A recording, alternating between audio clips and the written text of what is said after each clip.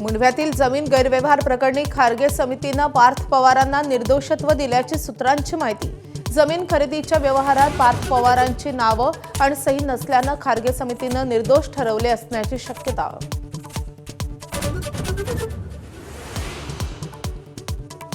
केवायसीमुळे रखडलेल्या लाडक्या बहिणींना याच महिन्यात 3 हप्त्यांचे 4,500 रुपये मिळणार। हप्ते रखडल्यानं नाराज झाल्या होत्या लाडक्या बहिणी।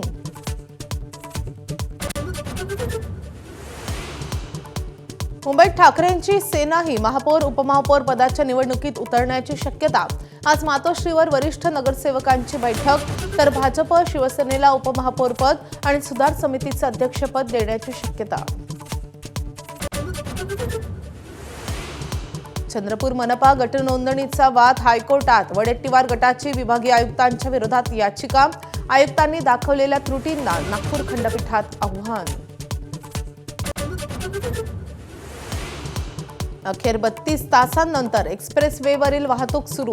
अपघातग्रस्त टँकर हटवण्यात यश। कोंडीची दखल घेत मुख्यमंत्र्यांनी मागवला अहवाल। मिसिंग लिंकचं काम तातडीनं पूर्ण करा, उपमुख्यमंत्र्यांच्या सूचना।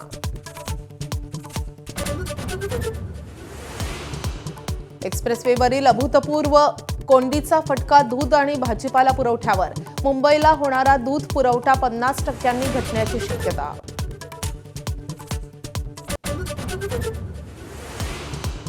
बॉलिवूडमधले 5 सेलिब्रिटी विष्णोई गँगच्या रडारवर असल्याची माहिती। शुभम लोणकरनं खंडणीसाठी धमकी दिल्याची पोलिसांकडे माहिती, पण बॉलिवूड स्टारकडून मात्र धमकी संदर्भात नकार।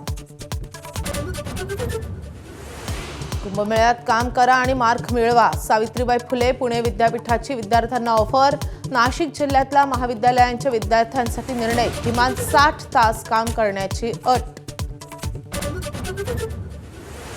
पंतप्रधानांचं आज राज्यसभेत अभिभाषण।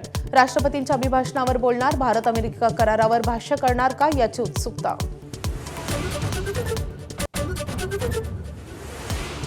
लंडनमध्ये एअर इंडियाचा अपघात थोडक्यात टळल्यावर आता तपासाला वेग। ब्रिटनच्या हवाई उड्डाण नियामकानं एअर इंडियाकडे मागितलं उत्तर। आठवड्याभराचा कालावधी, समाधानकारक उत्तर न मिळाल्यास कारवाई।